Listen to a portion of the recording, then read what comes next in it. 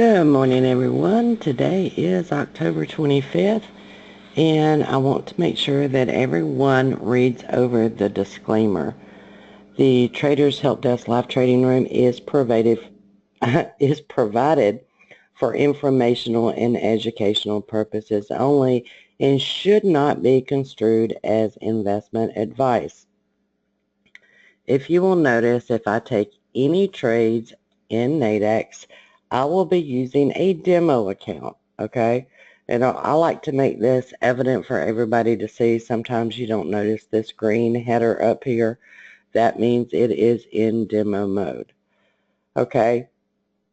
You should not rely solely on the information in making any investment. Rather, you should use the information only as a starting point for doing additional independent research in order to allow you to form your own opinion regarding investments. I am not a CTA. I do not claim to be a CTA. I develop indicators for trading, and I trade.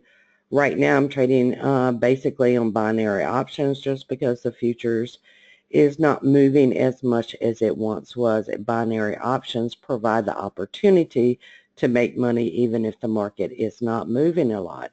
Now on the forex side, I've switched over entirely to binary options because of the market spikes that we are experiencing and slow market movement. Now, future stocks, binary options, and forex have large potential rewards, but they also have large potential risk. You can lose money, and quite often, you will have losing trades. New traders quite often will have more losing trades than winning trades. They're in learning mode. You must be aware of the risk and be willing to accept them in order to invest in future stocks, binary options, or the forex market. The big thing that I want to really reinforce is do not trade with money that you cannot afford to lose. Again, new traders typically will lose money. That's part of trading. If you can't afford to lose it, then don't trade. Now, just a little bit about Traders Help Desk. We do offer indicators. We offer training. I've got quite a few books that I've written. We offer binary signals. You can access any of this through the main site at Traders Help Desk. You can see that we offer two packages. One is a silver package and one is a diamond package. We also offer the individual indicators that you'll see on my screen today. Some of the indicators that you see on my screen are not available yet. I'm still actually testing them. Then we have several training courses that we offer, and they are very good training courses. I try to keep them really short and sweet. We have a complete guide to trading binary options, trading psychology courses. A couple of those, we have training on reading price bars as well as volume price analysis, support and resistance, pivots, money management, and of course standard divergence using any type of oscillator. Now, my latest book is actually in print. It's available on my website as well as on Amazon. It is $49.95, and it is full color edition. So you don't have to determine, is this black or is it gray? There's just no purpose to those books in my opinion. So I wanted a full color version so you can actually see the colors. I think colors do highlight the different areas of the market. Now, we're going to start on forex this morning. It usually moves around 8 o'clock. Anytime you see these blue dots, that is a potential long position. Anytime you see these red dots, then that is a potential short position. Now, you can do this on the forex market, or you can do it on binary options. Now, let me explain a little bit why I don't do forex anymore. In July, the rules changed on forex more or less for brokers.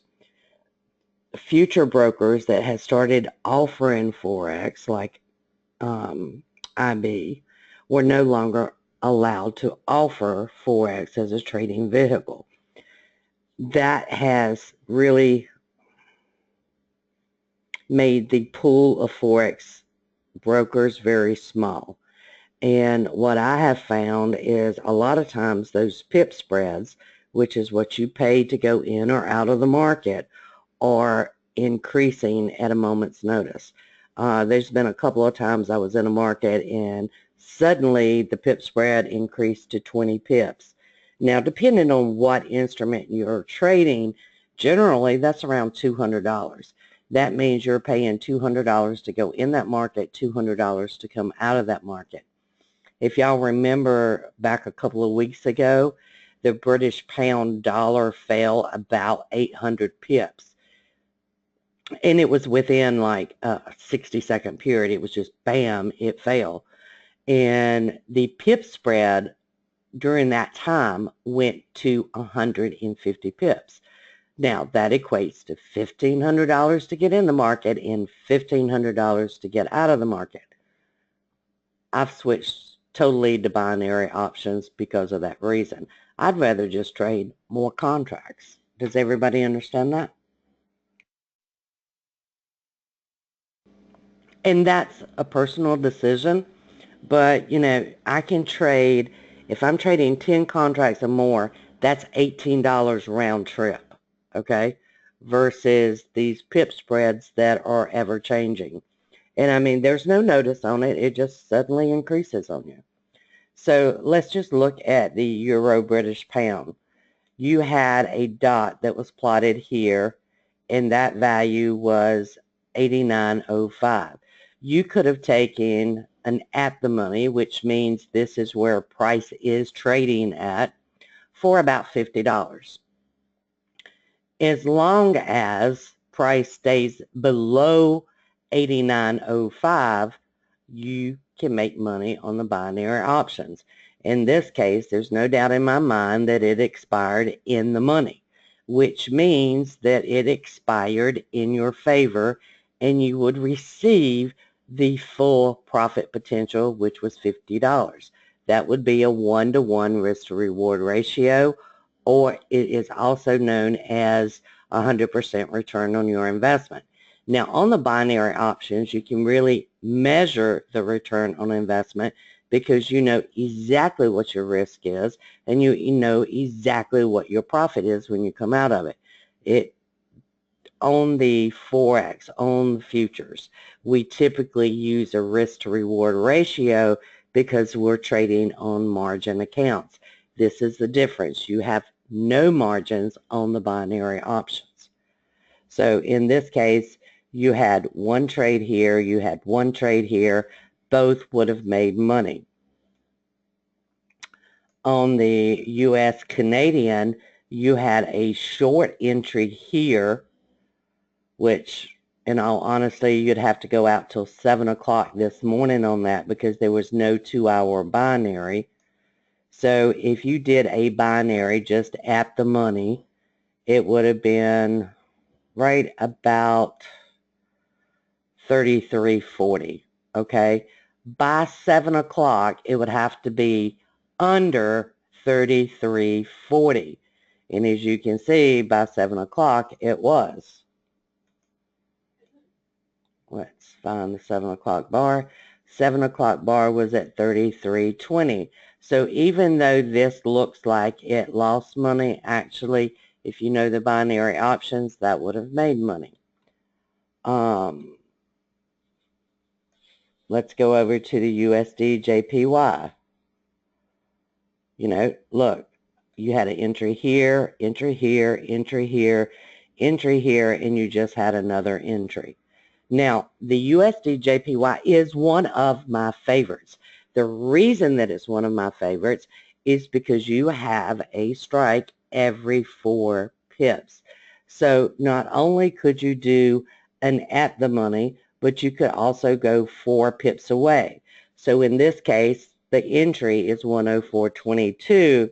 So add 4 pips to that, it's 26. okay? Here, the entry signal is 34. Add 4 pips is 38. Okay, here's 38. Do y'all see what I'm talking about? By going out just one strike price on the USD/JPY, you're actually saving anywhere between $5 to $10 of risk. Okay? If you're decreasing your risk, then you're increasing your profit potential. Either way, that's 1, 2, 3, 4, 5 potential trades that have worked in your favor on the USD/JPY. It did go through a congestion period right here at the red line this morning. I do think we're going to see some downward movement on the USD/JPY today just because this is the R2 line. R2 line typically will offer very strong resistance, okay? That's just trading pivot points.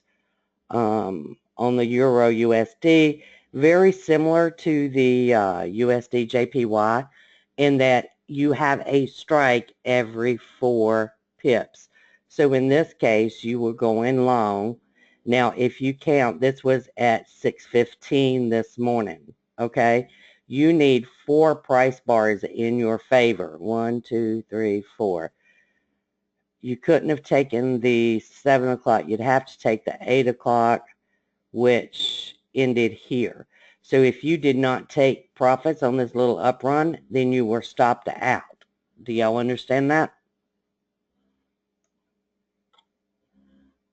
And I don't think it really moved enough in your direction to have actually given you a decent profit. The most you could have done on that one was maybe break even, but you would not have made money. It's just not enough movement there. Okay? On this one, if you count 4 bars over at 4 o'clock this morning, that one lost money. You know, and you can see these over here, this one would have made money, this one would have lost money. This is why we tell you trading can result in losses. And I've seen other days where the USD/JPY did this, but the euro was beautiful to trade. On the British pound, yen, this is a very, very volatile market. You can see you had an entry here that was profitable. You had one here that was profitable. If you missed it, you had another one here. You had another one here, and even these were profitable. Now you're getting another entry right now. It's at 27.70. So I'm just going to show you over here, if I go to forex binaries, GBP/JPY is currently at 8 o'clock. We'll do the 10 o'clock.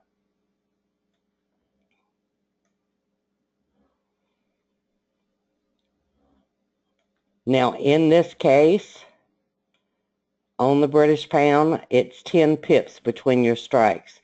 This one is at 61. This one is at 71. This one is at 81. So in this case, I'm looking for the closest price to 60, well, to 70. Let me bring my chart back up. So right now, it's trading at the closest price to there. Now, do you see how I could go up to 127.81, and that's saving about $10 in the strike on the risk side? So that's the one I will do. And I'm just going to do one contract, because if you can't trade one contract profitably, it's going to be hard to trade two. Now, you can monitor this and say, okay, I will let it go to 71, okay? But if it gets down to 61 and I can exit this trade and save some money, I will do it. I actually like to put in a profit target. In this case, I'm going to set a profit target at 75, okay? And I just place the order. So now if I get tied up and I'm not looking at the market, I'm either going to lose the $38.50 that I paid on entry, or I'm going to make a profit. Do y'all understand that?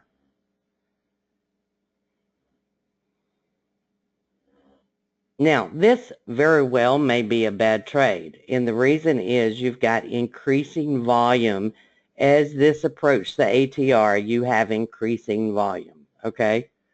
I don't like to take those trades, but if you don't know how to read volume, you wouldn't know that, okay? Now, let's go to another one. Let's go to the euro yen. The euro yen, very similar to the British pound yen, in that you have a strike every 10 ticks or every 10 pips. So here you had one, definitely made money. Here you probably lost. Here made money. Here made money. You just had another entry that came in really 2 bars ago. I'm not going to enter that because we're late to the game. Okay, if you're late to the game, you need to say, I'm late to the game. I'm not going to enter that.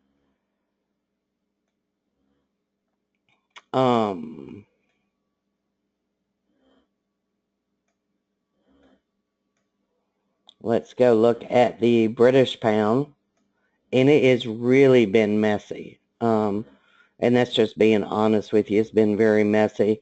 You did have an entry here. You know, if you didn't take profits, you definitely lost whatever you paid on the entry on that one. This one, I'm going to call it as a loss. You may have made money, just depending on how far you went out with it. This one made money, made money, made money, made money. Okay? And these dots make it very easy for you to see, would this make money or not? Okay? And this is using nothing more than the dot. It's not even using volume analysis or anything else. You get a dot that is blue, you are long. If you get a dot that is red, you are short. Okay? And I think for, if you're a beginning trader, that's the most you can really comprehend. On the USD Swiss franc, you had an entry here, a whole line of entries over here. This one made money. This one made money. Probably lost money. This one, if you went in at the money, you made money. Here, I would say you lost. Here, I would say you lost.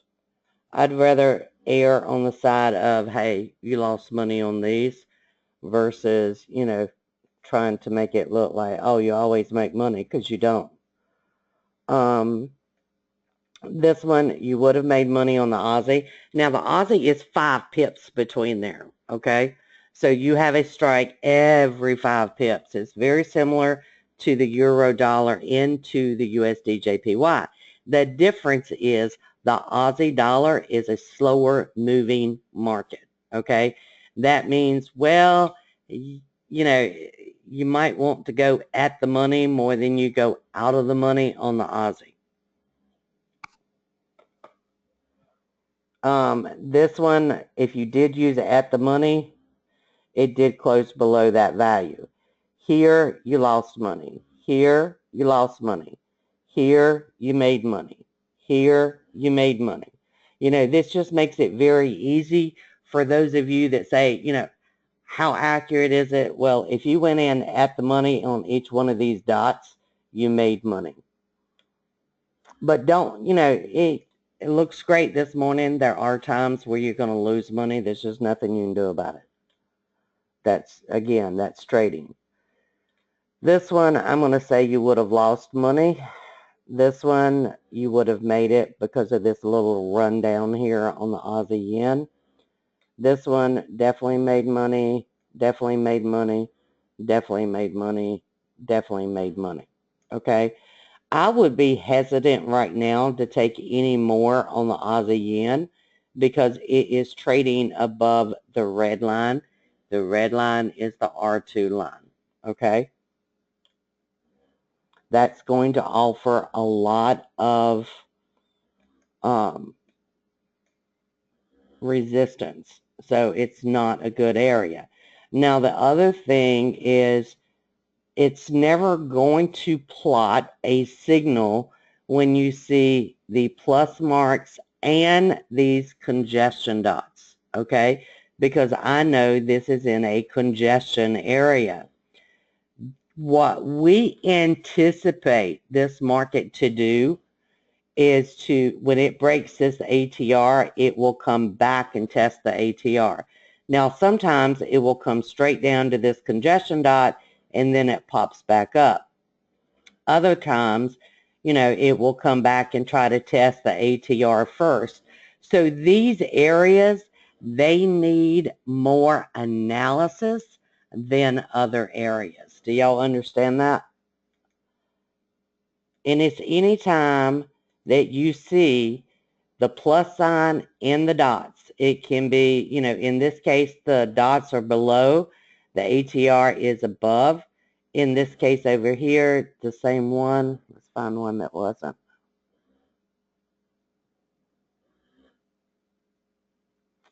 Of course, I don't see any at the moment. We'll see when we go to, oh, here it is.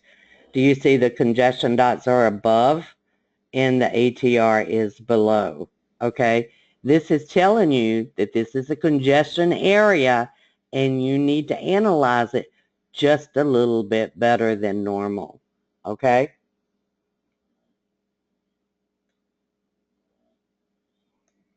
All right, now, if you're going over to the British pound, remember we entered the British pound yen. Do you see how this is coming down to 127.61? It shouldn't do that, okay? So I'm going to click on this, and I'm actually just going to amend the order, and I'm out because I know it shouldn't do that, okay?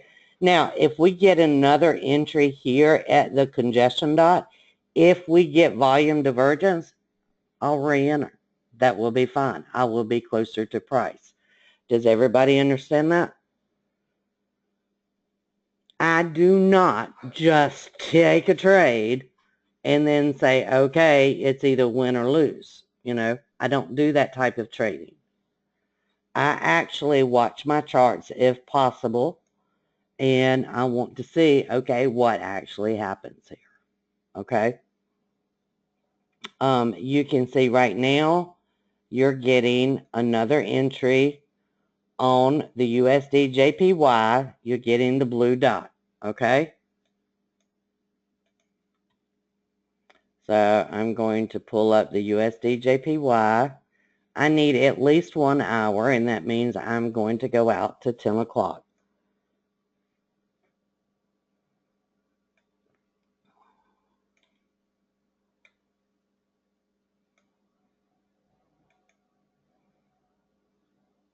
Anytime you see the red and blue box there, it just tells you there's another strike price. Now, I would like to see the delta above 0, but the price bar needs to confirm that. In other words, it needs to close up, okay? Well, there's at least another 7 minutes before this price bar closes. So I know I'm going to sit here and wait on this.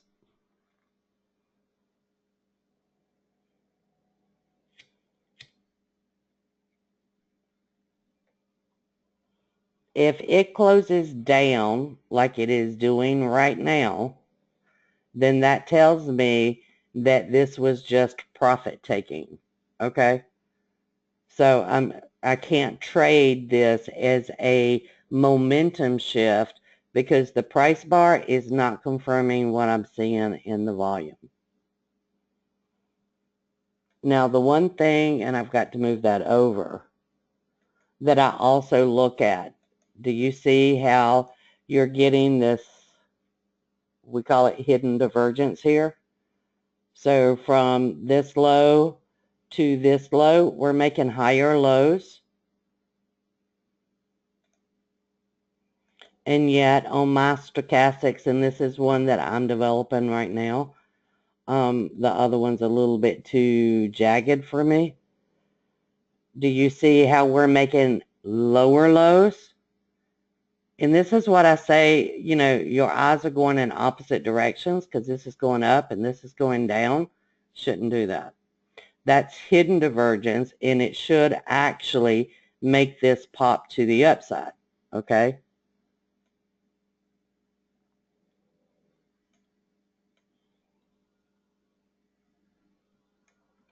Oh, that's a 5 minute. I need 15 minutes. I knew something was wrong there.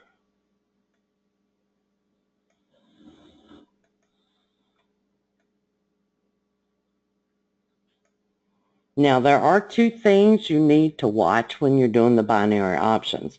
I'm watching this right now because everything's saying that it may pop up. And I need at least 1 hour on my binary option. Right now, I have an hour and a half.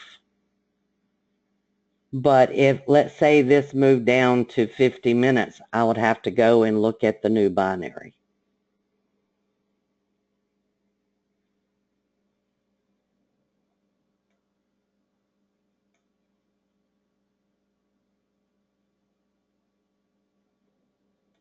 On the Euro British Pound, let's go look at that one. And we can take the 8 a.m. to 10 a.m.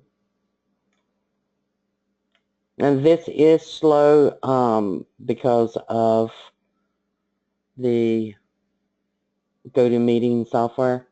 So in this case, if I enter this one, it's 89.03 over here. So I'm going to sell this one. And again, I'm just going to do one contract and say place order. And then I'm going to minimize this a little bit. I am going to place an order on this one at 10. And I may modify that. And again, this is just going by the dots. It's at the pivot line, okay? You have the 200 period moving average above you. You have the ATR above you. On the USD JPY, we've got about 2 minutes left. This goes out until 10 a.m. So, and this is where you're looking at that pip spread, guys. Do you see how this is at 52? We have 56. We have 60. Could the USD JPY move up to 60 by 10 a.m.? I think it can. So I'm going to do 1.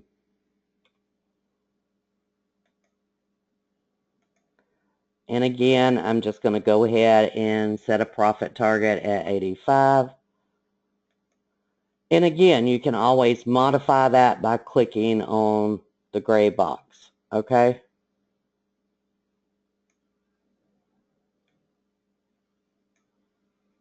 Any questions so far? And I want this one at a 15-minute too.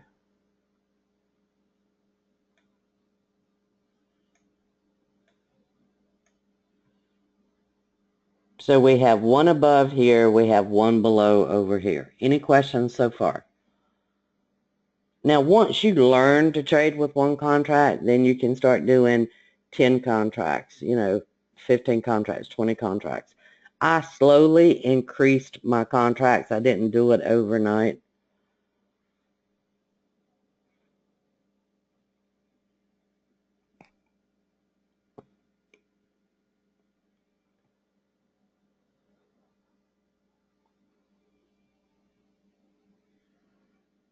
Any questions? Everybody understand it so far?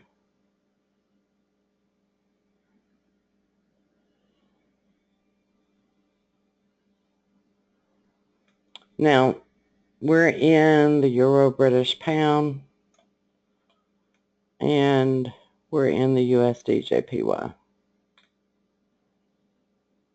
And I mean, you can see we have others popping off. There just comes a point where it's how many can you handle. For new traders, I don't suggest trying to handle that many. You have a short over here on the US CAD. The U.S. CAD, I generally trade during the crude oil inventories. It's about the only time I actually trade that one.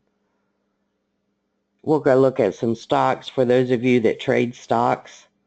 Do we have any stock traders in the room?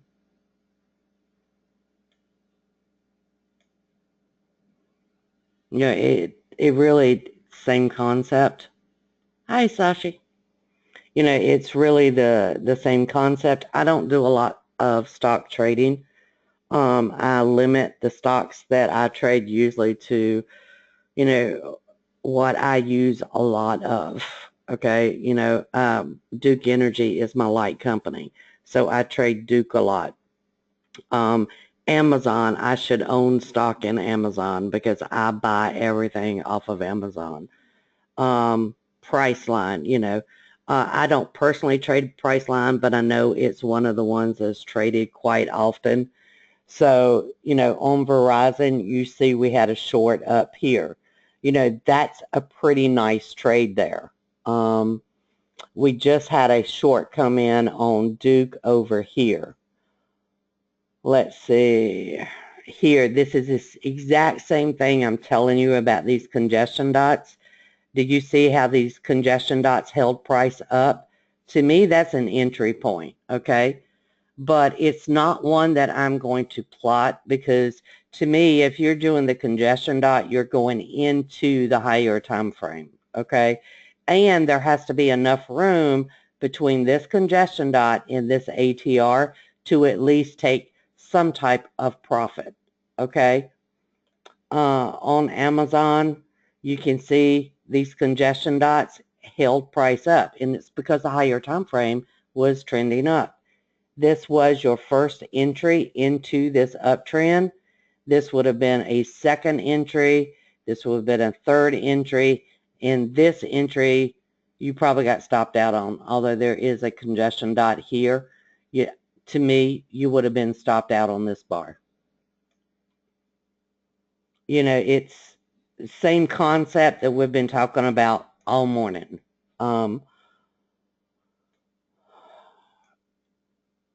You had an entry here on Duke.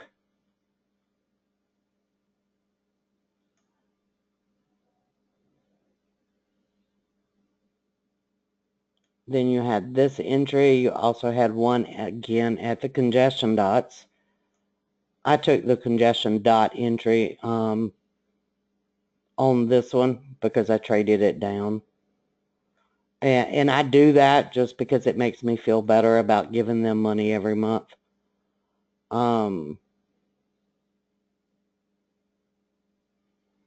Again, there's your congestion dot entry. It doesn't really matter what you trade. I can go over and I've got the T-bonds, the 30-year notes pulled up, and you can see that right now I would not be trading a 12-minute on the T-bonds. I don't trade T-bonds, and I don't do it because they move in fractions. I hate fractions. So you're not going to see me trading the bonds. I hate fractions. Now, in this case, do you see how you're getting the entry dot here on the 45? You're going against your 180 at the moment. I do think that the bonds are going to go down from the looks of it, but that volume down here is not supporting it, okay? And I would wait to see if buyers stepped in over here. Do y'all understand that?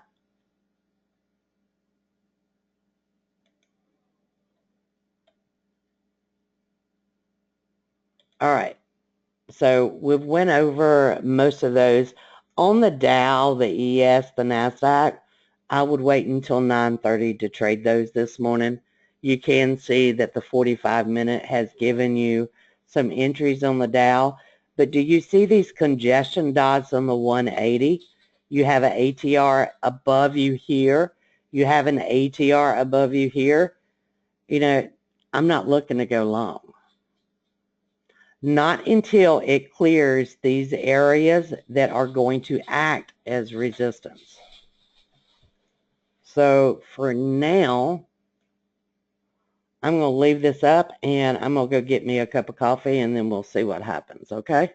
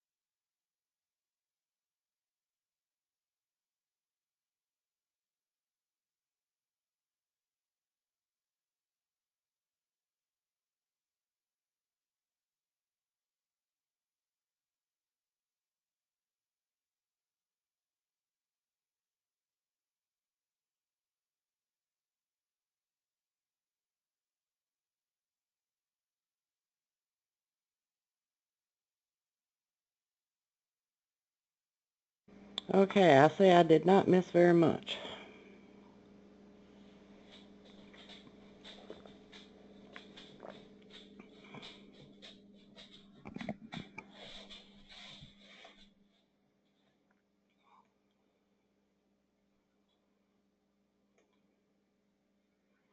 I am on my main computer today. Um, so I have a bigger screen.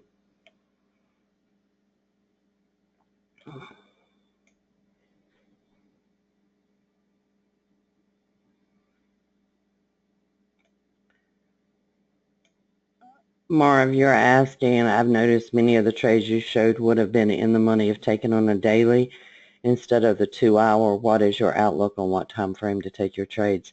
The minimum on a 15-minute, or I use a 12-minute on futures, the minimum is at least 1 hour, but you are correct. Sometimes, especially in these slow-moving markets, Marv, you could do both a 2-hour and a daily. If one loses money, then the other one would have made money. You know, I have done a lot of those. I can't remember what day it was this week, but in one of my accounts, I took both, I took 3 dailies on the Dow, and by 11 o'clock, it had moved in my direction. You know, but some of it is which market are you trading?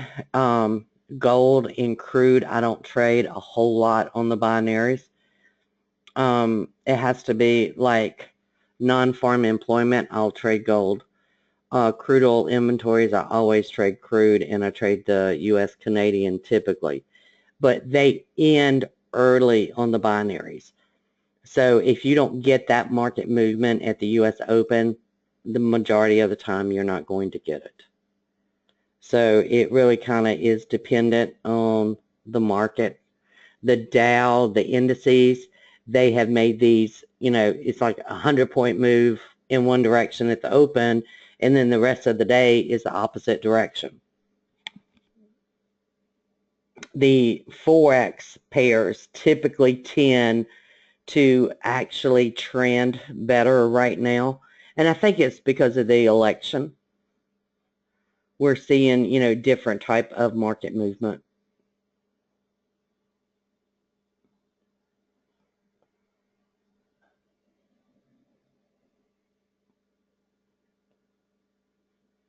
What you will pretty much never ever see me do is these, they call them high probability trade setups.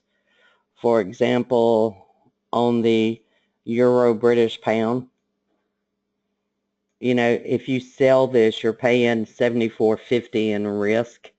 You know, these are ones I would never ever take because mathematically they don't make sense to me. I'm okay with taking losses. You know, if every trade I take today is a losing trade, I'm okay with that. All right. I don't see it as me being a winner or me being a loser. You know, it's just profit or loss. Every business has it. But, you know, trying to recoup from a $75 loss, if you let it expire at that $75 loss, that's going to wipe out so many winning trades. That would bother me. It would be like, what the hell did I do that for? You know? But again, I do monitor my positions. So, and sometimes I do take a full loss, you know, because I missed it, because I got up and made lunch, or I was paying attention to something else on my chart.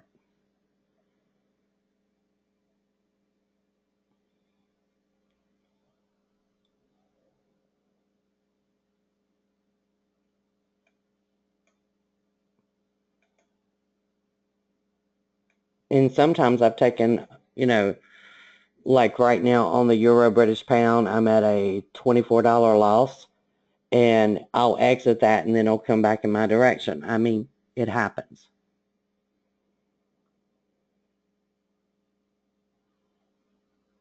I can watch over here and see that it's testing this congestion dot right now. And that's what I'm actually looking at. Is it able to break this congestion dot at 89.05? And, you know, this is one that is a slow moving currency. The Euro British pound, very, very slow moving. If this is to breaks that congestion dot at 89.05 and I can exit without taking a full loss, I'll do that. It doesn't bother me.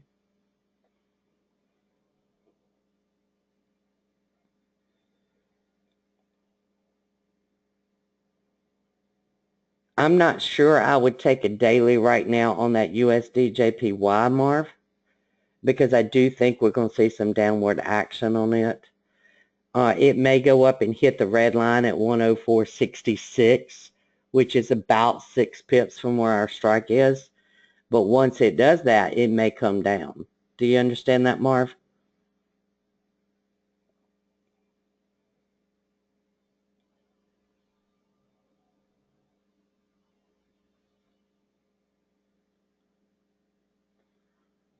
You're most welcome.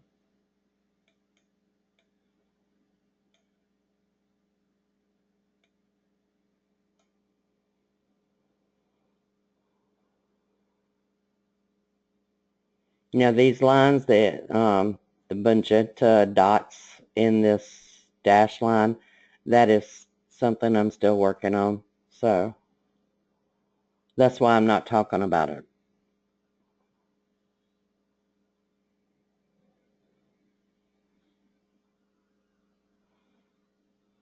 Okay, do you see how, it's testing this CD, which is short for congestion dot? Okay, the one thing I'm looking at is my volume.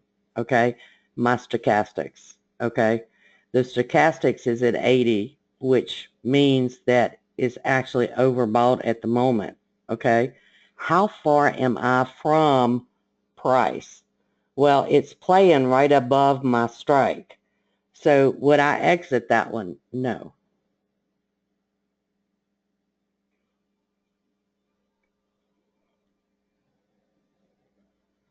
And if you notice, this congestion dot is in line with this ATR that has held price down since about 1 o'clock this morning.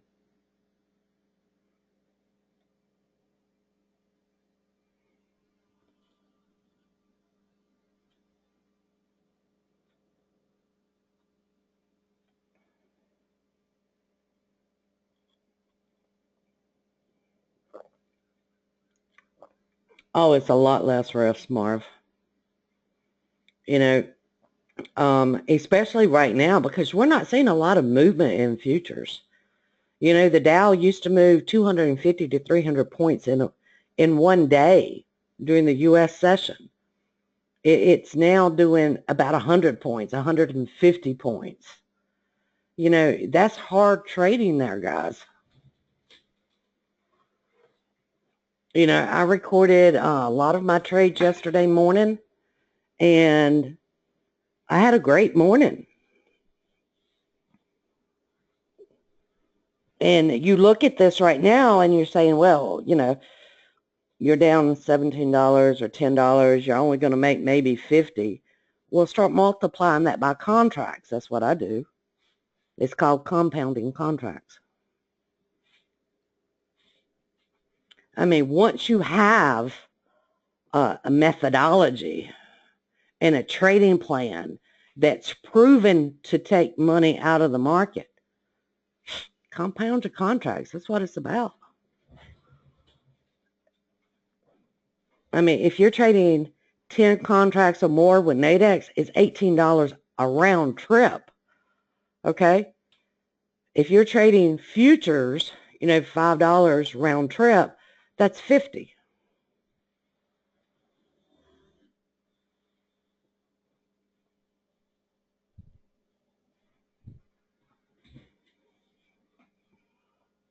And you talk about relaxing. To me, the binary is a lot more relaxing. I can get up, go get a cup of coffee. It doesn't bother me.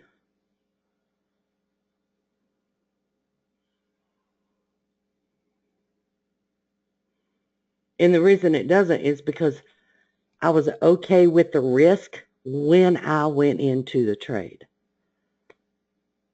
If I wasn't, then I wouldn't have done it. Yesterday was a great example, and I think it was in the video.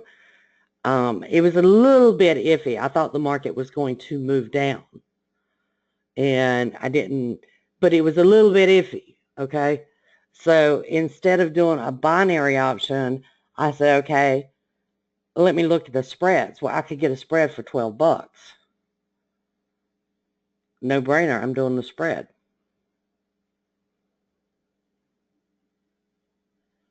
Position sizing, that's got a lot of components to it, Sashi. I used to actually scale out of positions on the futures, and now I'm more of all in, all out. But I do move my stop down dramatically. Normally, it's pretty much offsetting the high of the previous bar, okay?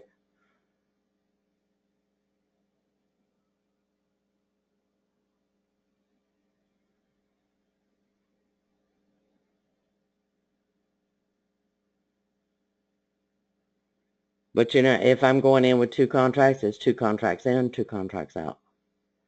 I don't really scale out of my positions. Even with binaries, I don't.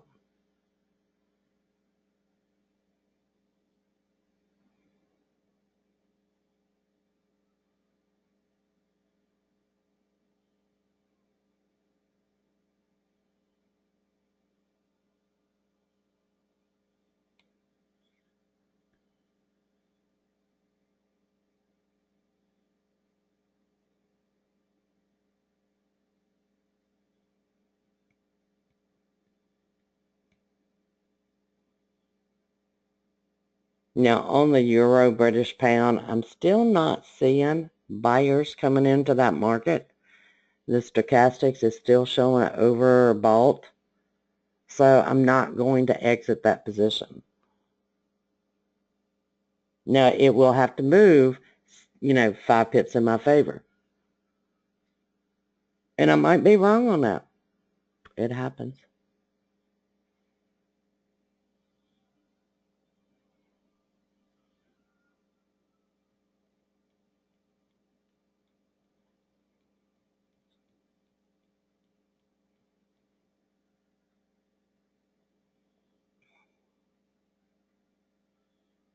Well, we're waiting on this. I'll go, let's see, the NASDAQ, I think, gave a better, and I'm just going to put a line on the chart to show you, Sashi. Ironically, the Ninja Trader is not doing my stop as well as TradeStation does. Let's say that you entered here at this blue dot, okay?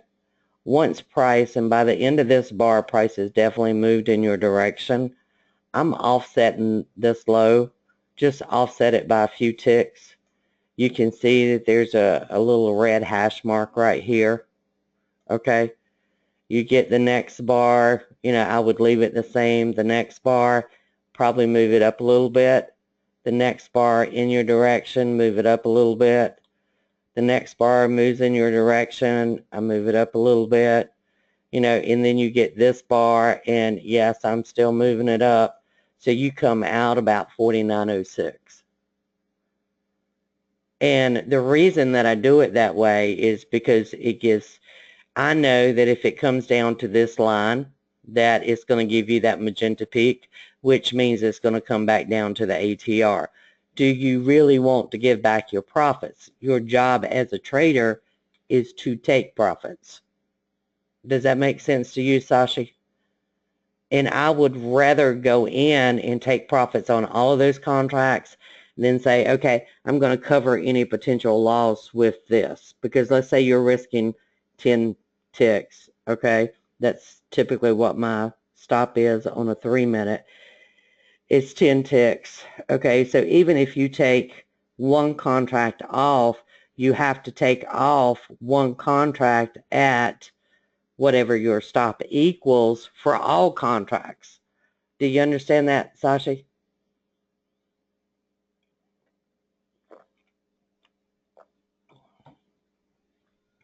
And really, when we're trading, what we're hoping to get is the bars that go up, up, up, up if we're long.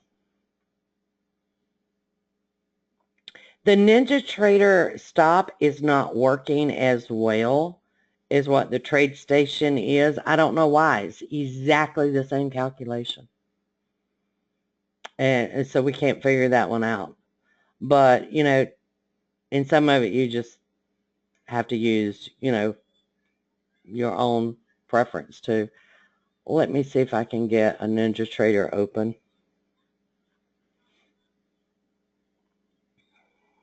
I don't know that I can really get a good chart open because of running so much software at the moment. I need to put that back. Ooh. Well, my trade went against me.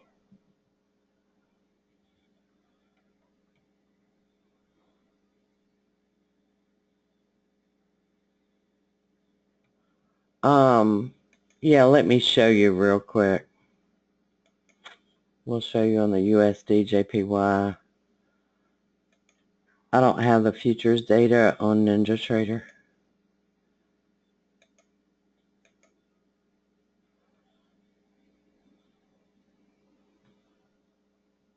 Oh, it did, didn't it? And it filled my target too. That's the power of the hidden divergence, Sasha. I love hidden divergence. Hold on, let me show you. Okay, do you see this little red mark here? So what you're doing is always using the previous bar value, okay? And it will not come in until you've at least had some profits made. You know, so in this case, on the next bar, you would have come out.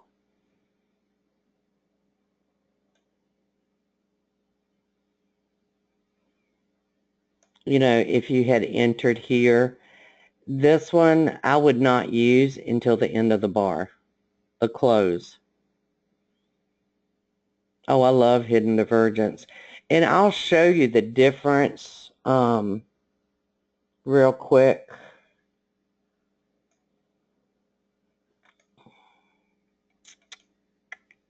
I'll put it on this one.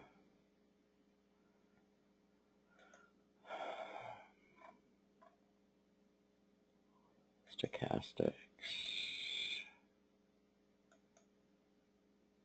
See, this is your regular stochastics. It's just a little bit more jagged than what I want. So I did one that's a little bit more smooth. Yes, that is correct, Sashi.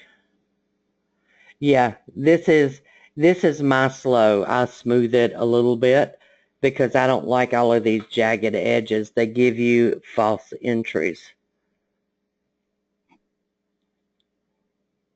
So, and this one I'm still testing to make sure it's smooth but not lagging.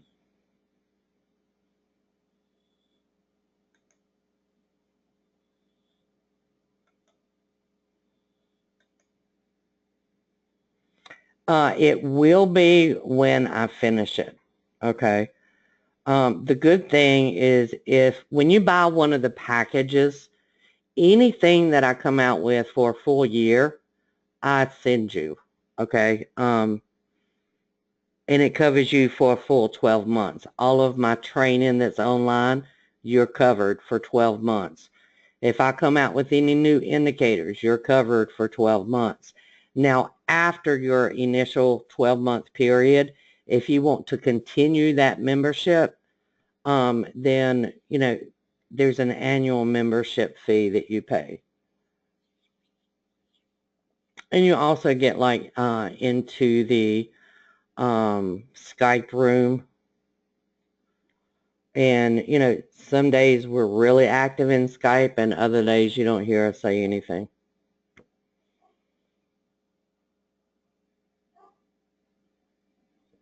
But it does give you a way to talk to other traders, you know, that all have the same indicators.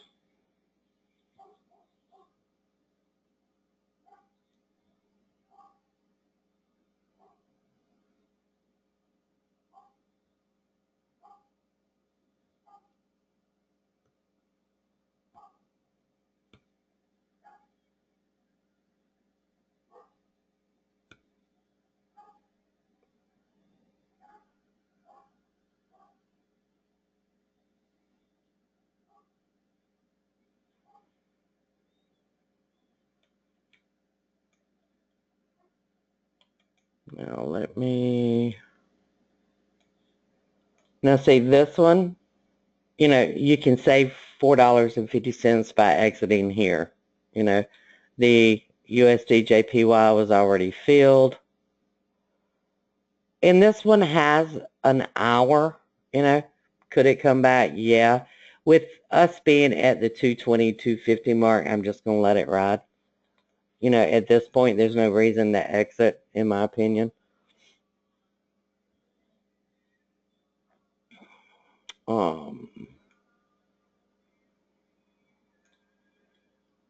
I know the euro yen would have made money on that one. This one would have lost. You've got one now on the Aussie dollar. And yeah, again, the Aussie dollar is very slow moving. We need at least an hour so we could still go out to the 10 a.m. And we're looking at 76.30, which is right here. Now make sure that you click on those because sometimes you'll have extra strike prices in there and you'll get stuck. So in this case, I'm not willing to risk $55 for an at the money, okay? Instead, I'm just going to go to the $38 one. Now, this is going to have to move from 30 to 34 in 1 hour, and sometimes that's hard on the Aussie. Now, I'll show you something else. Here, I'm just going to put in 38 because, well, I'll put in 35 now. Because I'm not willing to risk more than that, okay? So I'm just going to type it in. And do you see how this is gray? It is because I'm not in the market, okay? But this is where I'm saying I'm not willing to risk more than $35 on this trade, okay? See, now I'm in it, but I've only got $34 of risk. Do y'all understand that? And again, I'm just going to go ahead and set a profit target at, we'll set it at 85. No, I'll set it at 80. And say place order and close.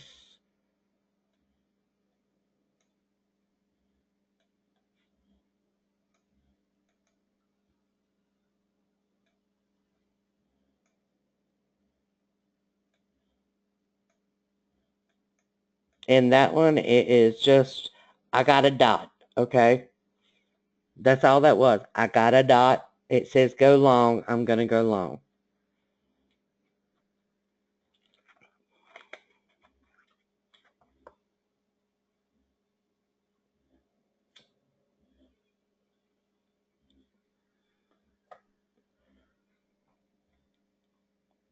All right, let's go over and let's look at futures real quick. I'm going to close this one because I don't want it taking up my bandwidth. There's one on the NASDAQ. We could probably still get in the NASDAQ one. Let's go and look. Well, no. Don't want to do that. It's probably actually too far gone. Let's try another one. The Dow is at the ATR. See how it tells me everything that's at an ATR? I make it hard for you to miss a trade. I don't have a dot. Do y'all see that? Can't take that one. On the ES, do we have a dot? Yeah, we had it back here.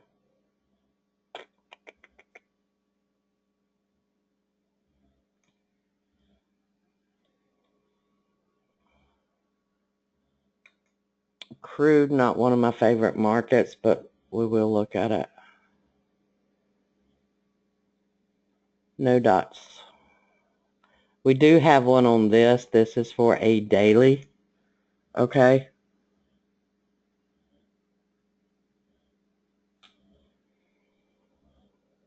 And this is the issue. This daily ends at 2:30. And I'm just going to show y'all. Let's refresh it. Commodities, crude. Would have to go at daily. And this is kind of why I don't trade crude a lot.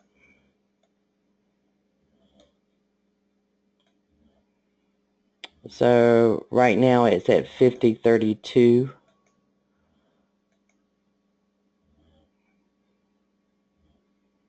Do you see how the premium on this is $67? We're going to have to come down here to $50. It is a short, okay? So this is the only one that we would be able to do. And this is balancing your risk with the actual strike price. I'm not willing to risk 75, okay? But the one at 68, okay, yeah, I would. The trend ATR, I'll show you, Ray.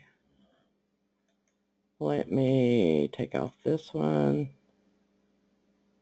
and take off this one. It now has these dots on it, Ray, that show you exactly where to enter.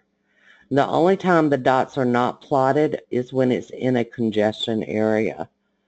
So for example, when it's in this area right here where you've got congestion dots and the ATR being plotted at the same time, that's telling you you can only trade at the congestion dot or at the ATR, preferably going into your higher time frame, okay?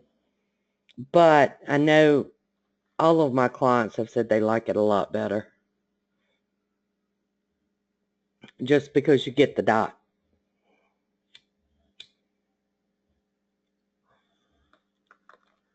You know, it really kind of highlights, hey, you need to be looking for an entry here. So it keeps you more focused on where your potential entry is.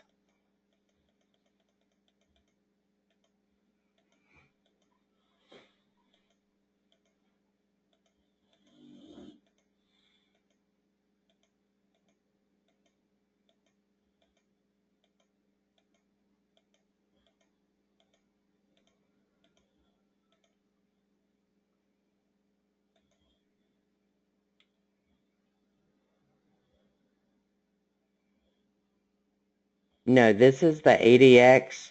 This is the directional volume indicator, Ray. The trend ATR is actually plotted on price itself. And I don't even have the old one here. I'd have to go back and load one.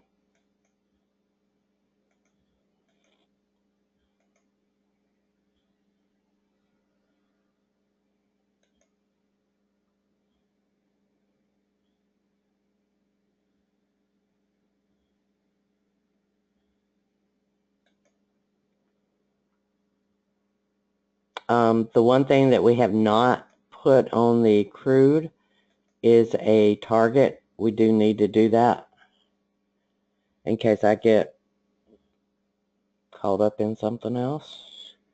And I'll just set a $10 profit target. You can see we have a profit target here. We also have a profit target over on this one.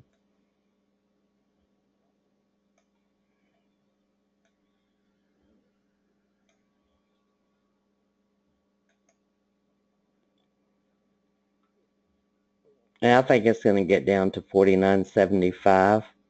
It needs to go down to 49.50 to actually give you your profit target, I think. Now, the reason that I use the daily is because this is on the 180. The 180 is 3 hours, okay? So crude closes at 2:30.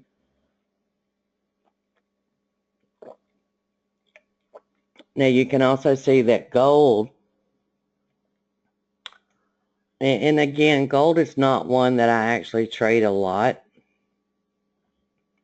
But do you see how gold is giving you a dot here on the 45 minutes? So this is going to be a daily binary. I don't really like it because I see the daily is giving you a short signal. You're in a congestion area on the 720. You know, it's, to me, that's not a good trade setup, okay? Because you're right at a support area. But if you don't know that, then let me show you. You go out to a daily, and it's at 1266.9.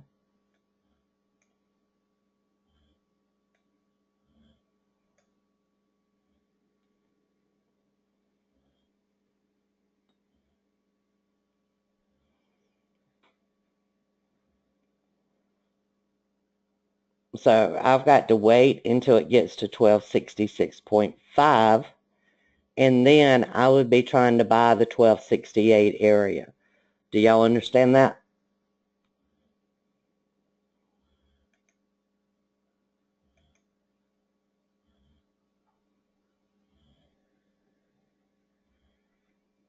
Waiting for this to get here would be my goal. Now, you could also come in here at the buy level, and you can say, okay, I'm only willing to risk $34 on this, or $35, and you can place your order. So that way, if you get up and you go to the restroom, or you make breakfast or lunch or whatever, you know, you have an order sitting there. I don't like to do those because I like to analyze the volume, okay? But if you don't analyze volume, if that's something that's new to you and you're still learning that technique, okay, just go ahead and set your target, your target risk.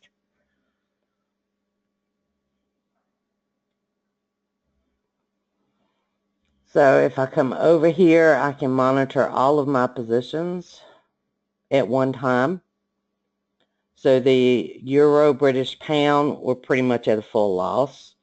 On the Aussie dollar, we have a loss. Didn't we have another one though?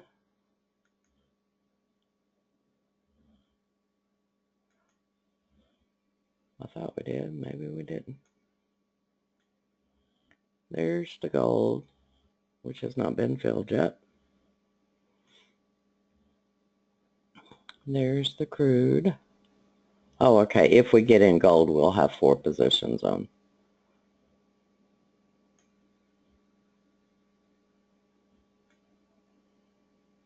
And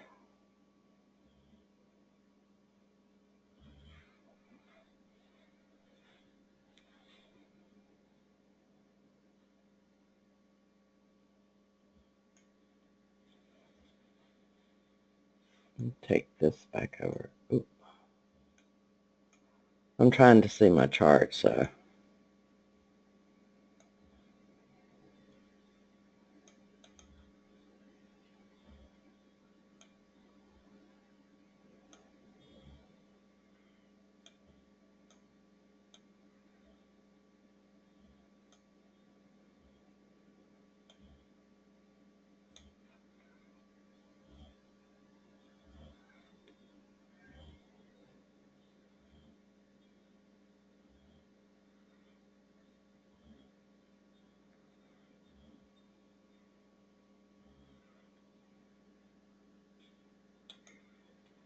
You are getting one over on the 2-hour, and this is more of one that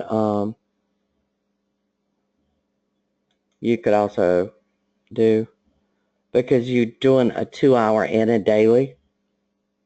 The difference is the 2-hour is bigger strikes. So on this one, I can get 1268.9 for 46.25. So again, you just put one in here and say place order, and make sure you put a profit target, because on this one we would be long. We would do an $85 target. I generally do, 80 to 85. Sometimes I will watch it, and I'm going to have to refresh that real quick.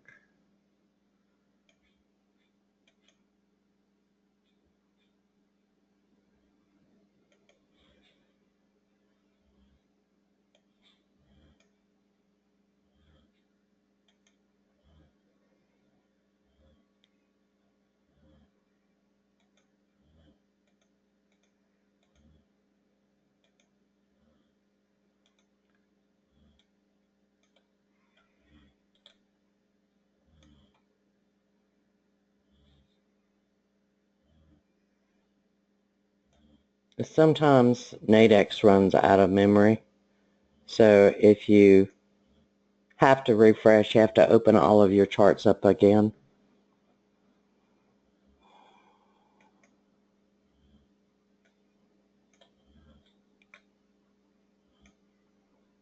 and the euro, British pound, and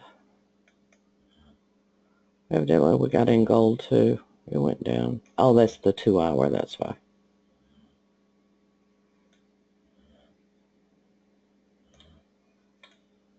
Move it over here.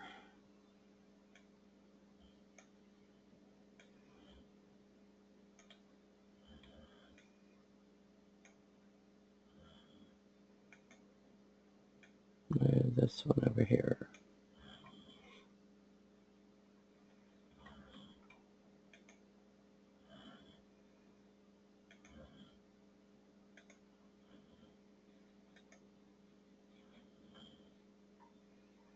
And this one, as it stands, is at a full loss. This one has the potential to come back up. So I'm going to kind of leave it alone. I normally would go and look at the chart on the Aussie. Yeah, I don't like the Aussie, so that's one that I am going to exit. I don't like what that chart's doing. And there. So that one we're out of. It should not have broken through that prior congestion dot, so I'm not going to remain in that one. And the one that we're not in yet is the gold daily. We have an order to get into it at 35 for the daily, but it has not hit that area yet.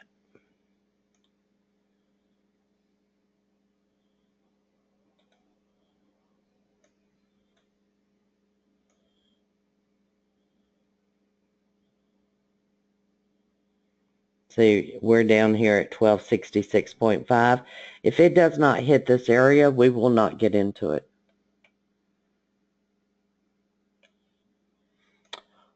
What do I think on crude for dailies and weeklies? Well, we have the daily already on crude, Sashi, to the downside. Go look at the charts.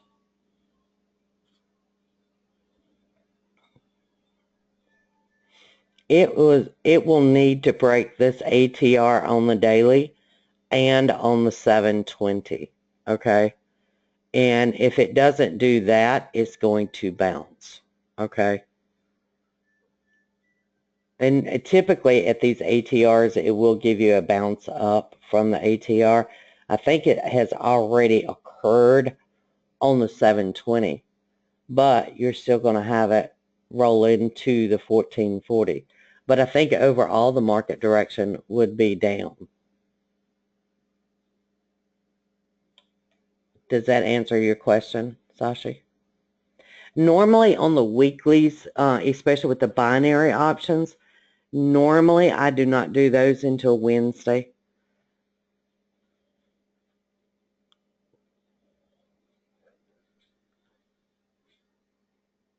Mondays and Tuesdays, you're kind of paying a premium on them.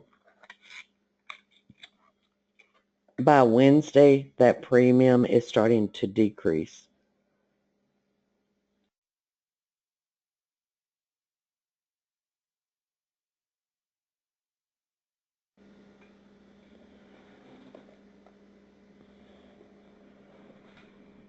Now, this center window that you see right here is based on the RSI that I developed. And again, this one is just showing me the market direction overall for each of the symbols, like gold, the NASDAQ, the ES, the Dow, the yen, and on crude. And you can see right now they're all going down, honey.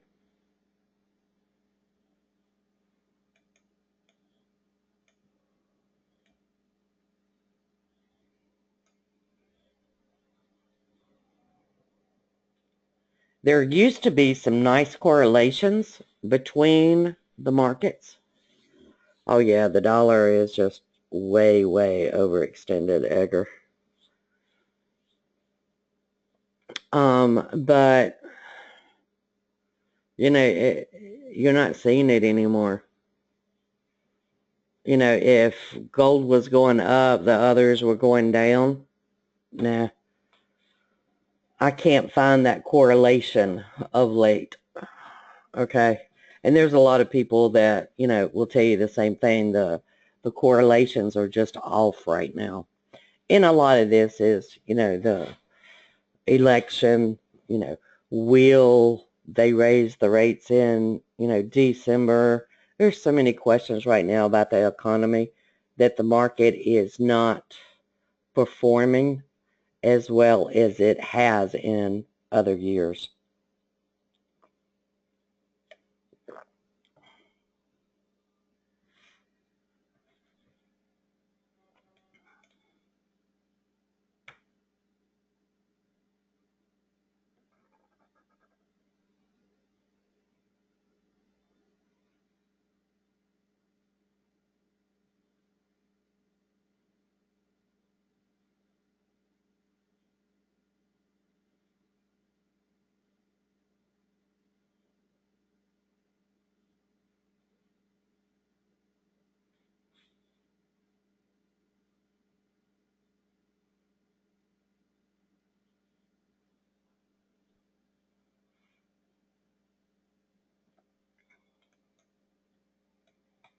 Now I'm going to move this back over so we can actually watch it.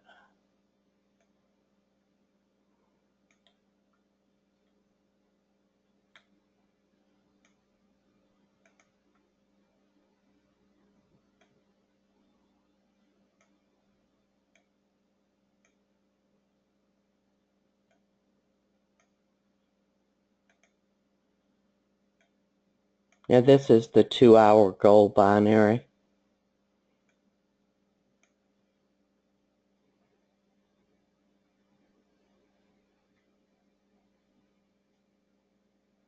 All right, I'm going to take a quick break until the market opens at 9:30 and we'll see what happens, okay?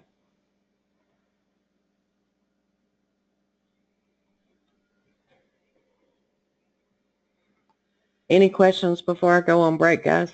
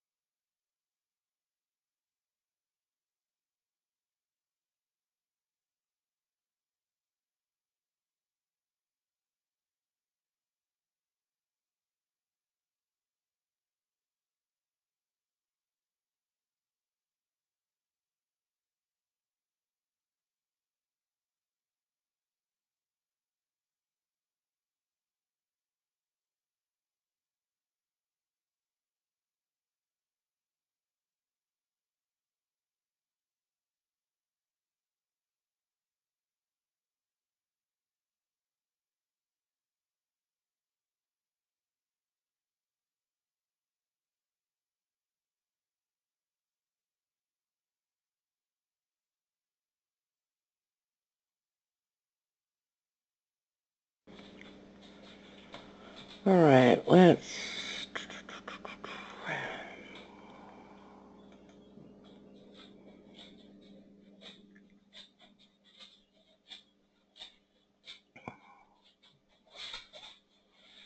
now see on the Dow, you're right at the ATR.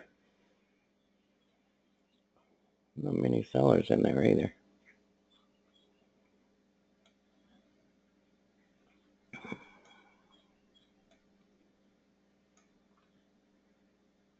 Now this is a 3-minute chart.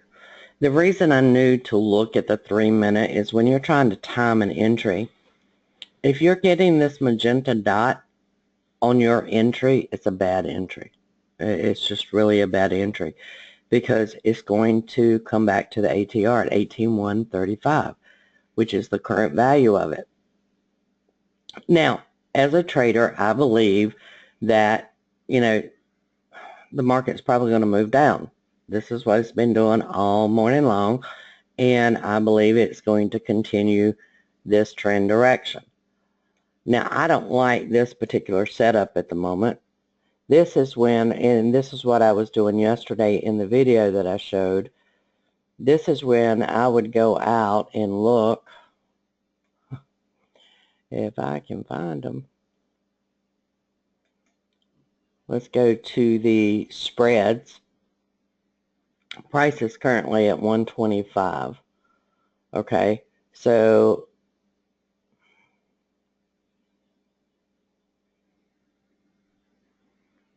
if it gets back to 135, I might have a low risk short spread here. That would be the better choice because this could be an iffy situation, especially at a market opening.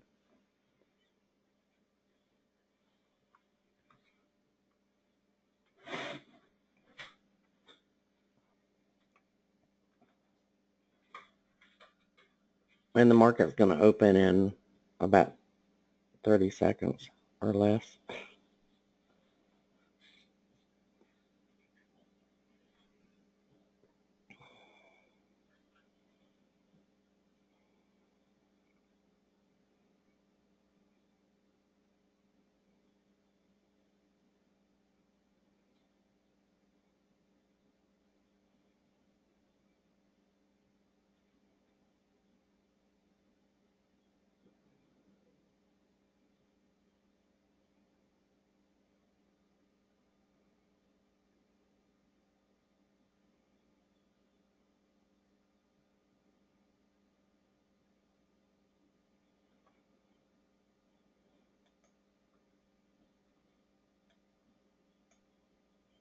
So if you decided to sell one contract,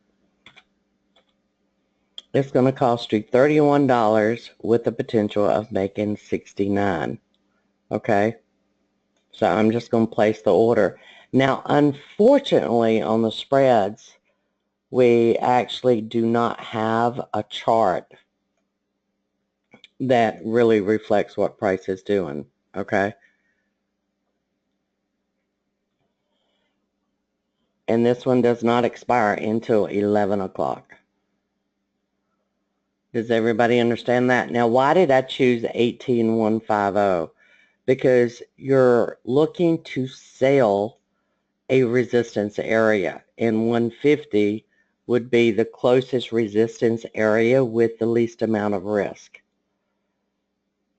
Does that make sense?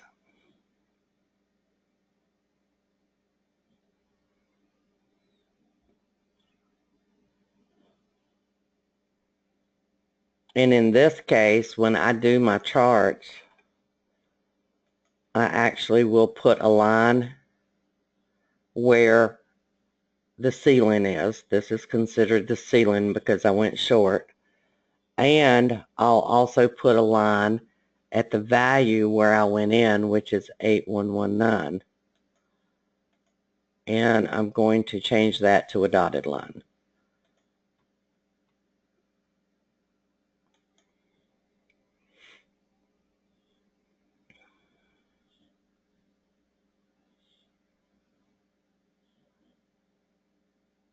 No, it is not like a regular credit call spread or put spread. you're trading really support and resistance. Okay. And as you can see, you've got multiple levels. The levels on the left, Sashi, act as a floor, okay, or as a support area, okay. The levels on the right act as a ceiling. Now, you can already see here I'm only down $7 because the current market is at 124. Okay, I went in at 119. It's $1 per point that it moves in your favor. Do you understand, Sashi? So let's say this moves down from 119 down to 18,100. I would make $19. In these, you don't have to worry about as much as the binaries because your risk is limited to the expiration value or the indicative index at expiration. Sashi, that's one. If you go back and watch the complete guide to trading binary options, it's included with your annual membership. It will explain the spreads in more detail. But basically, if you're buying the left side number, you always want to buy the left, sell the right side. This is the floor, this is the ceiling, this is support, this is resistance.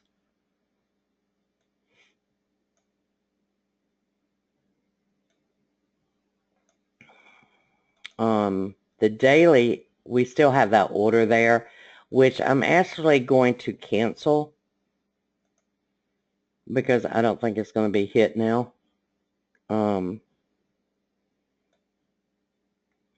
Again, this one has 25 minutes. Do I think this is going to come down to here? No. That's the most I've seen the Euro British pound move in forever. And if I'm not mistaken, there was a ECB press conference this morning, which is probably why it moved. I forgot about it.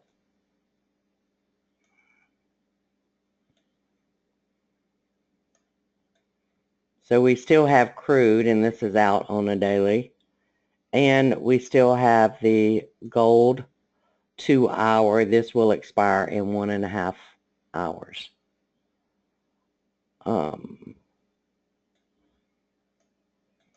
Let's go see if there's any other trouble we can get into this morning. I love getting into trouble. That's a 12-minute.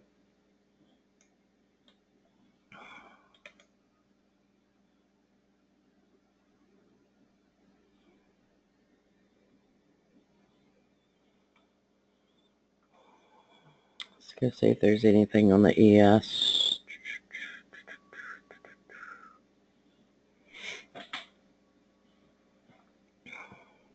The ES gave a beautiful signal this morning. I think, didn't the NASDAQ too?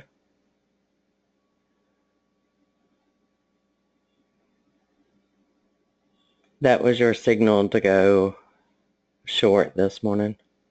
See how you're getting this long signal here?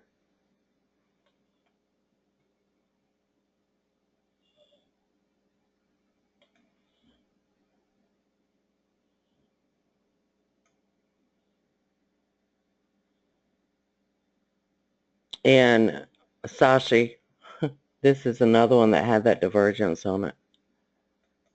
Do you see how you made lower highs? And if you're measuring on the stochastics, you made higher highs. Those are really, really powerful moves.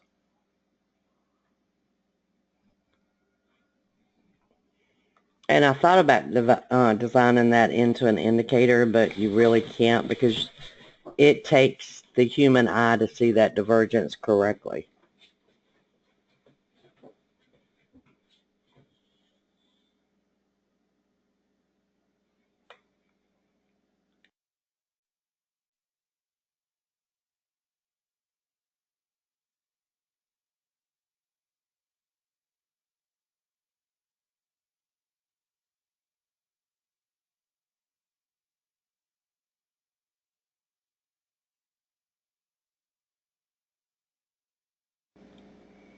And I will admit, my favorite to trade is this 12-minute. I love the 12-minute chart. It suits my personality.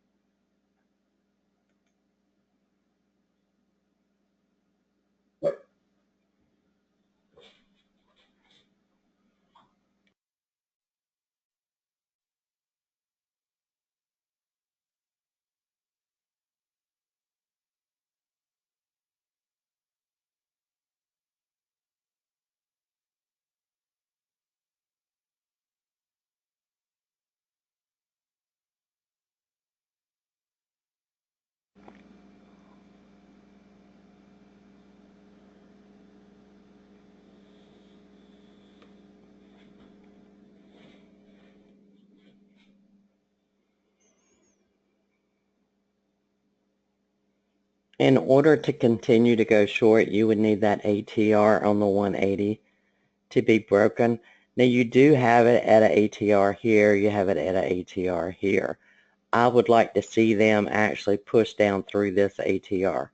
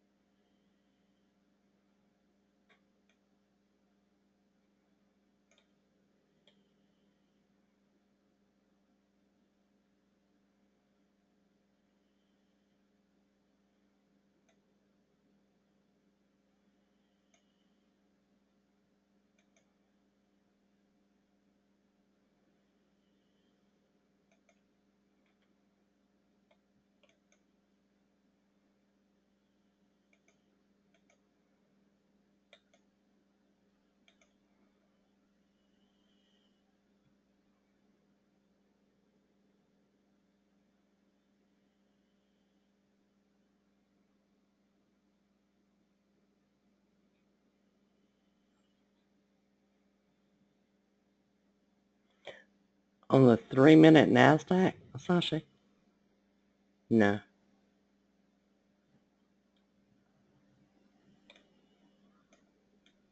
There hasn't been a momentum shift.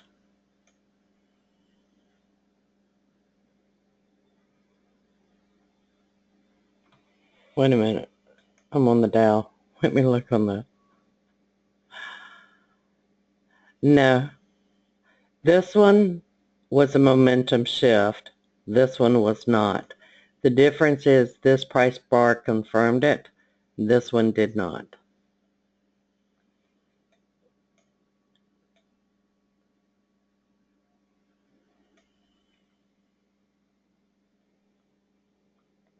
Yeah, I really don't like it being at this ATR, Rick. The only thing is that your higher time frames may push that down. May being the operative word there.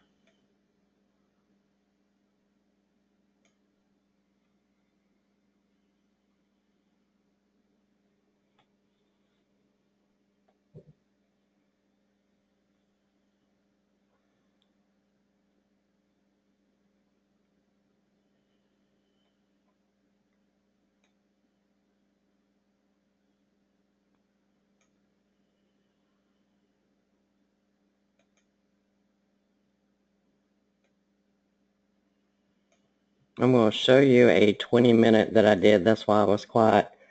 And these, in my opinion, they're not for new traders. They're for more experienced traders. They move really freaking quick on these premiums. Okay? So this one, and you can see it here at 18,116.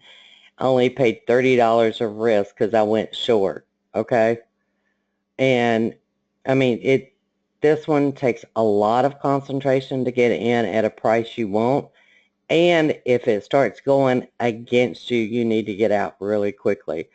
The reason that I think it may go down is because we have this volume divergence here. The one thing that will mess this trade up is that 180-minute ATR.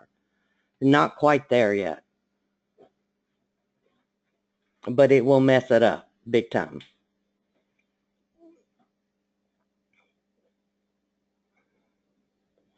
And these premiums change so quickly. You know, typically I don't take a lot of risk on these trades because I know just how quickly they can go against you. These are trading the gammas. This really going to have, it's going to be either a quick loss or a quick profit, one of the two.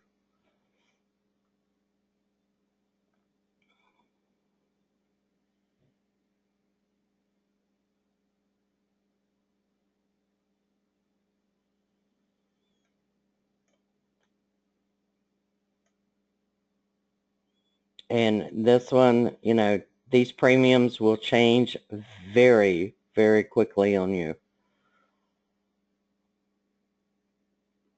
If it breaks this ATR, I'm out. Done. Finished. Kaput.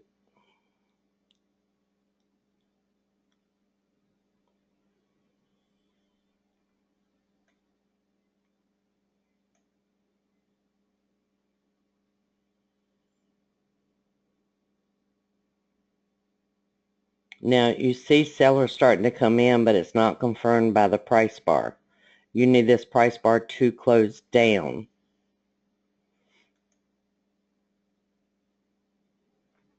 And it is not unusual to see these change $15 at a time. It just depends on how fast the market is moving.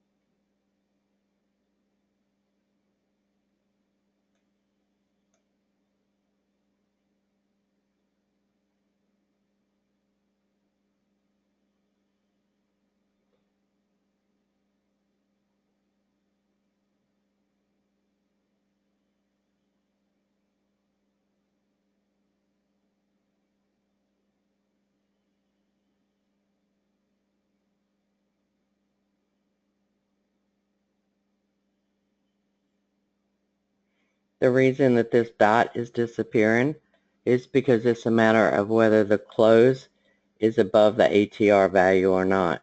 Do you see how it closed above and the dot was plotted? Do you see how the volume, the delta, switched to the downside?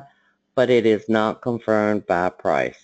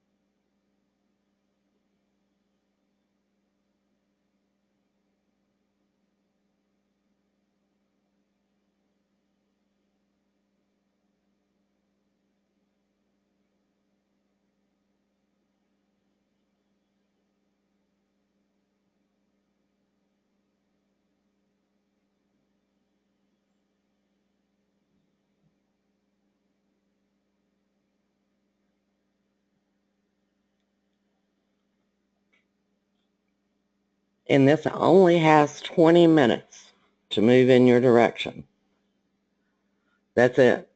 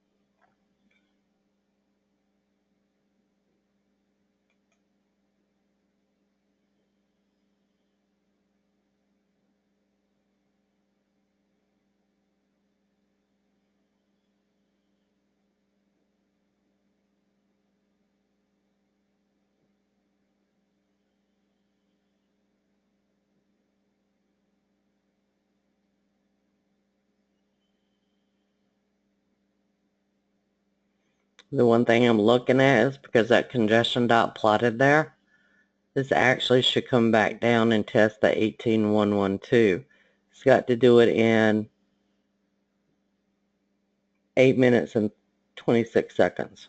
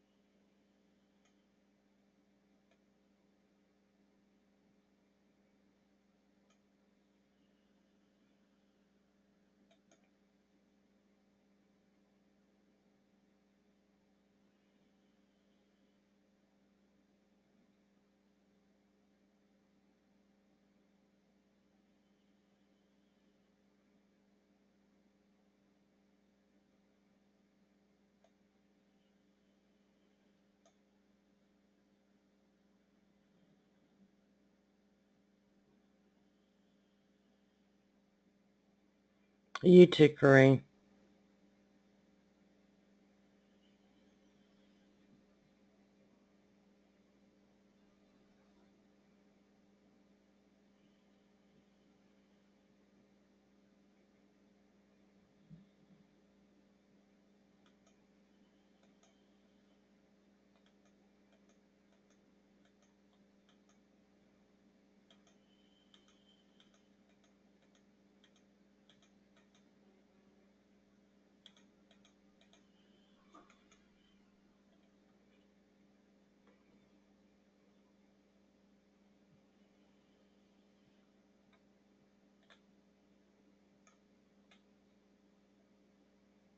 See, this is where our strike is.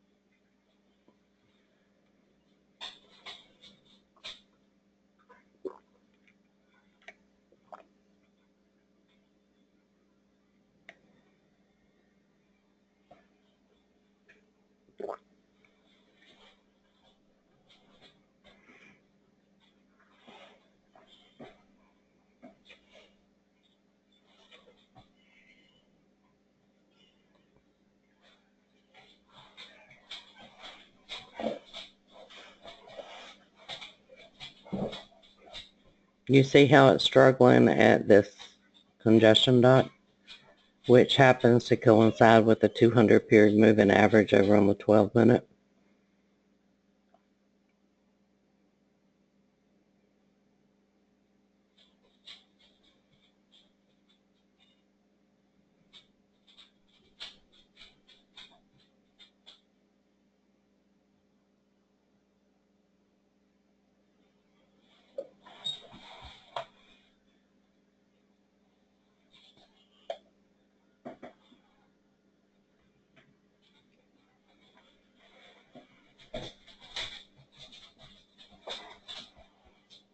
And so on the 20-minute, you had a full loss. Now, you don't feel that bad if it's $30. If that had been a $50 or $60, you would feel it. That's the reason on those, I never take a high-risk trade. And, again, with it being at this ATR, those are bad places for entries. Because it's literally got to break this ATR. Do you see how prices slowed down? I mean, it should break it. If it doesn't, it's going to go up. That's just higher time frame domination.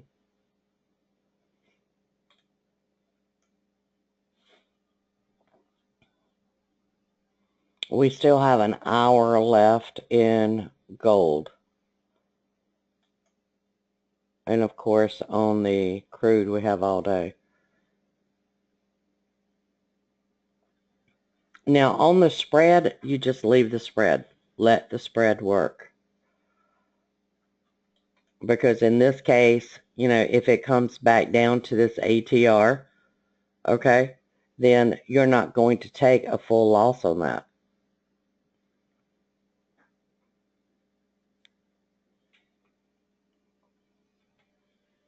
That's the difference between trading a spread and trading the binary.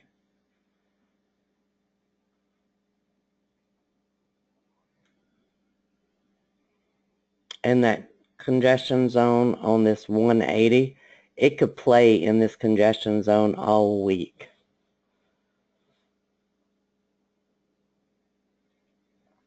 I have seen it do it.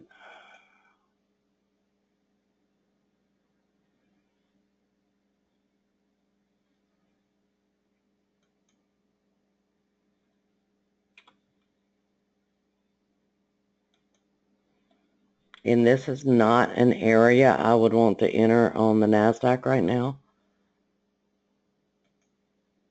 because you're making lower lows, but you're making higher lows on the stochastics. Not a good entry there.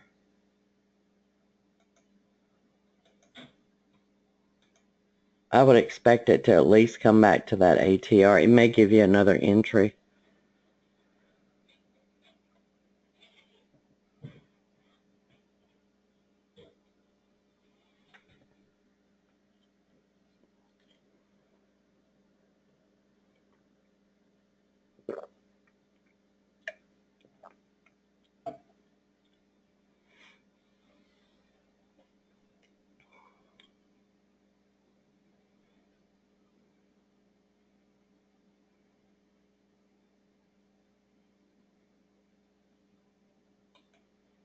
You're probably on this one, you're going to make a magenta peak here that's going to push it up.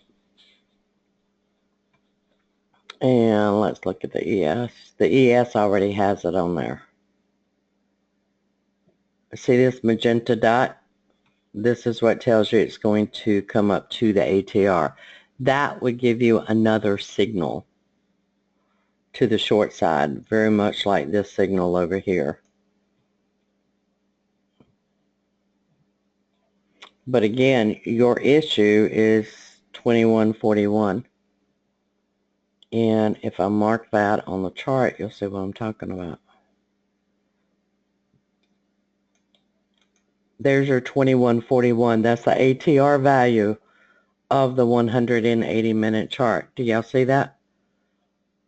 And this is one of the exercises that is in the training, is marking these congestion values are these ATR values on your chart. I see them visually. I see them. So I don't mark them anymore. But you can tell it came right down to 21.41. It wasn't the pivot line. It was the ATR from a higher time frame that held it.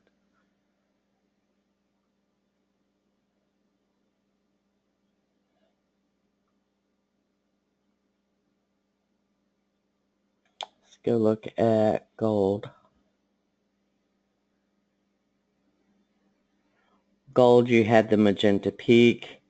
It came down, almost touched the ATR, and now it's moving up.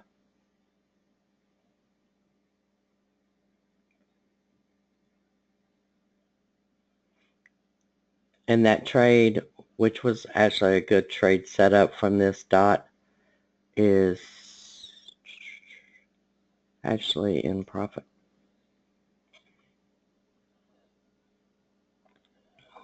Now on the 12-minute Dow, see how you're getting the dot here?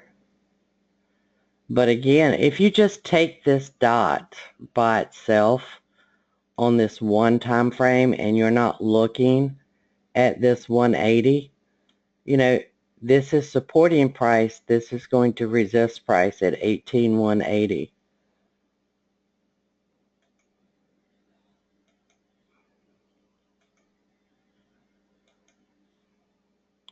What the heck am it?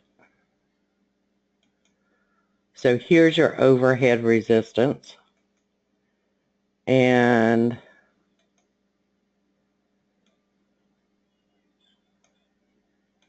there's the floor.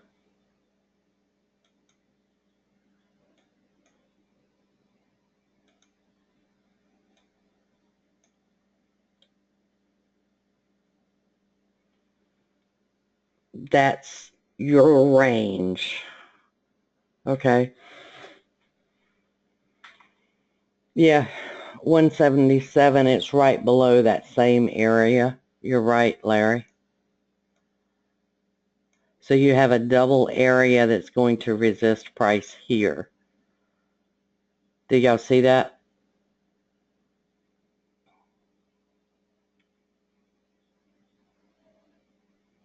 This congestion area is going to make it very hard to trade.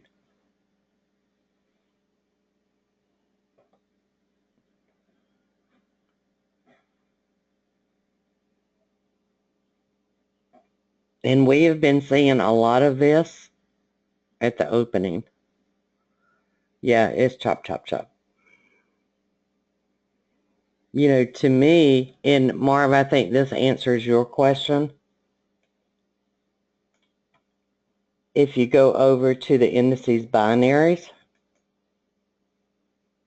and you go to the daily, I would be targeting these areas.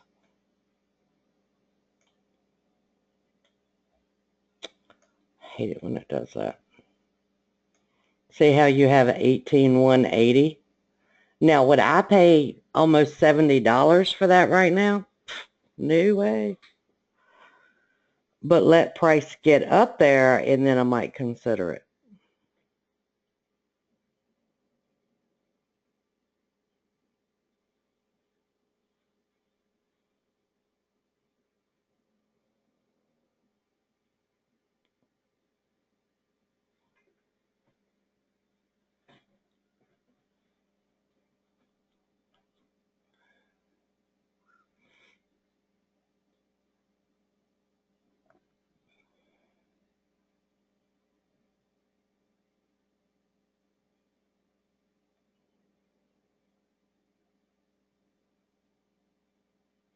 And this is where, I mean, you can do a 2-hour. Not sure you'll make it. Market's moving too slow right now. Because I wouldn't go in at the money.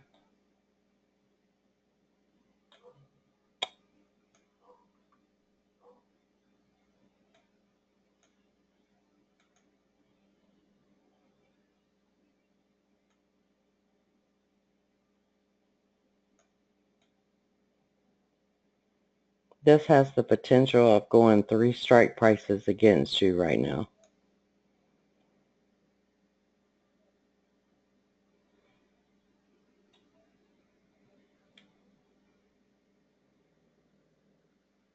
And that's going to make it hard to trade. It really is.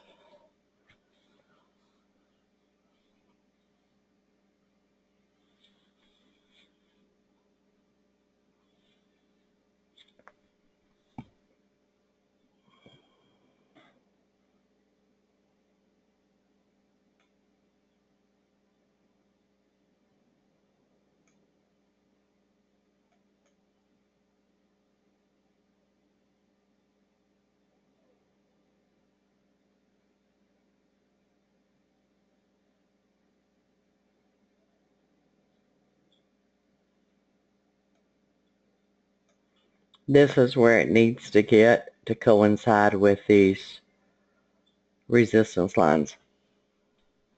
And this is part of trading, guys.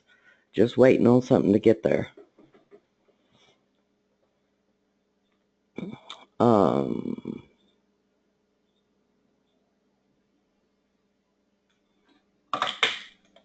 Let's go see if one of the others are closer.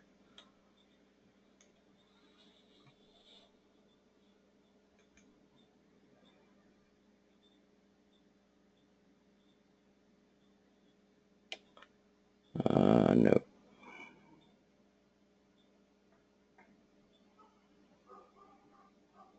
And I mean, with this stochastics being at 95, I believe the market's going to come down. Is right now the best time for entry? Probably not.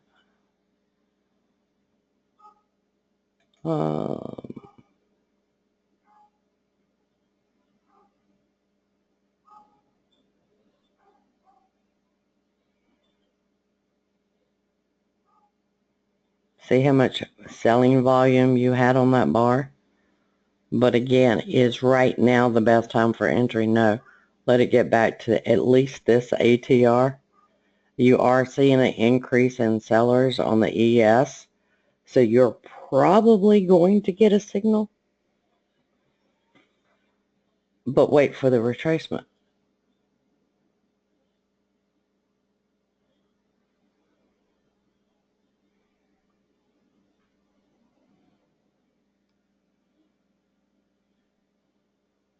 Let me go look at gold real quick.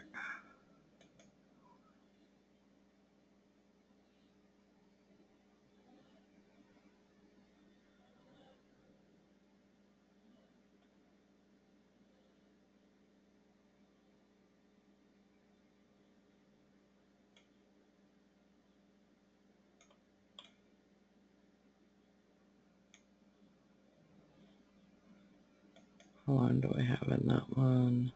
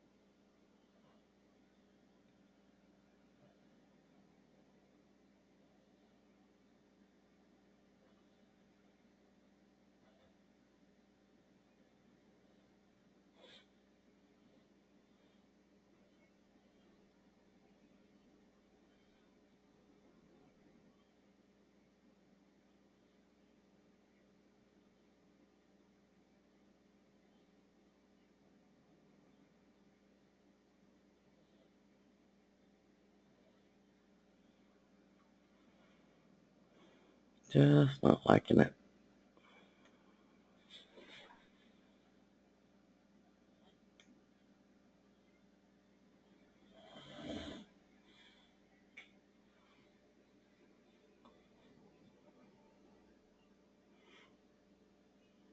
And this is one I would come back this afternoon after lunch and say, okay, is there something I can trade? Because right now, there is not.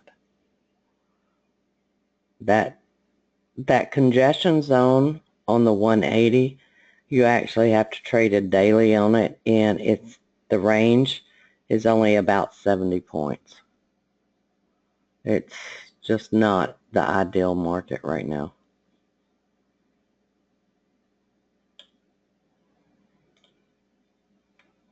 All right, any questions? Because I'm not going to sit here and watch a market that I can't trade.